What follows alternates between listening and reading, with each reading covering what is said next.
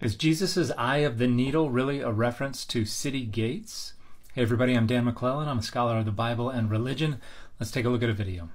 Most people think that Jesus was talking about a sewing needle when he mentioned that it is easier for a camel to pass through the eye of a needle than for a rich man to enter the kingdom of God. All right, let's see it. But in reality, Jesus was referring to the gates of the cities in ancient times.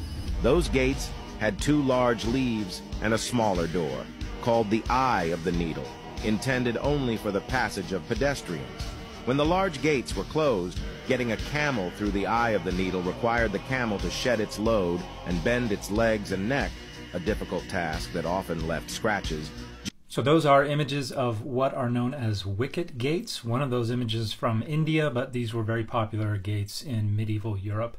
There is absolutely no evidence whatsoever for the use of such gates in and around Jerusalem in the 1st century CE, nor is there any indication that these gates were known as the eye of the needle in the ancient world. This is something that someone made up. Jesus' teaching was not impossible for the rich, but a reminder that everyone, rich or poor, must shed their burdens, bend their necks in obedience, kneel before God, and acknowledge Him as the way to salvation.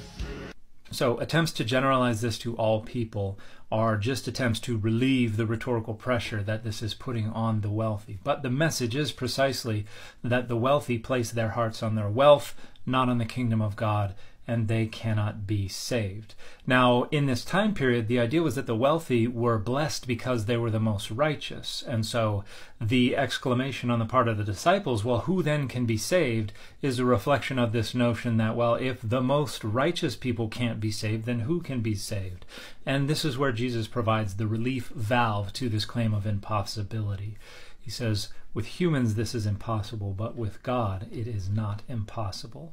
In other words, it is declaring it impossible for the wealthy to receive salvation, but then there's a little wink at the end when Jesus says, with God it is not impossible.